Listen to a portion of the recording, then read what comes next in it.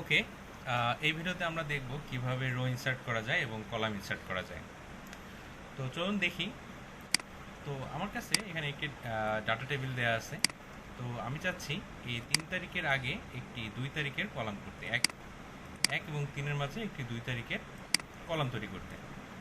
তো আমি 3 তারিখের ডাটাটাকে সিলেক্ট করে নেওয়ার পর আমি হোমে গিয়ে ইনসার্টে যাব। ইনসার্টে যাওয়ার পর আমি যদি ইনসার্ট শিট কলাম দিই তাহলে এখানে একটি কলাম তৈরি হয়ে যাবে। এভাবেই আমি যদি আবার ঢাকার নিচে যদি আরেকটি রো তৈরি করতে চাই, ঠিক আমি ঢাকার নিচের যে রোটি আছে সেটি সিলেক্ট করে নেব। নেওয়ার পর আমি ইনসার্টে গিয়ে যদি ইনসার্ট শিট রো দেই তাহলে একটি রো ক্রিয়েট হয়ে যাবে। এভাবেই আপনারা চাইলে কলাম বা রো ইনসার্ট করতে পারেন।